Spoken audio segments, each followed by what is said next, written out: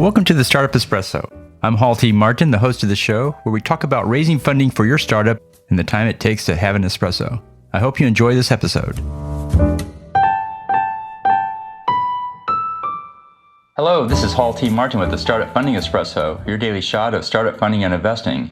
Every startup has one key metric to grow their business to the next level. For a software as a service business, it is the CAC LTV ratio. CAC stands for cost of customer acquisition and represents the cost of signing up the customer, including marketing, sales, and any other related expenses. Lifetime value stands for the total amount of revenue from that customer. This is typically calculated by looking at the churn rate, which is how many customers are dropping out each month. The metric compares CAC to LTV. A base ratio of 1 to 3 indicates a business model that is successful. In this example, for every $1 spent on acquiring the customer is spending $3 on the service. For venture-funded companies, the ratio needs to be 1 to 5 or better. Thank you for joining us for the Startup Funding Espresso, where we help startups and investors connect for funding. Let's go start up something today.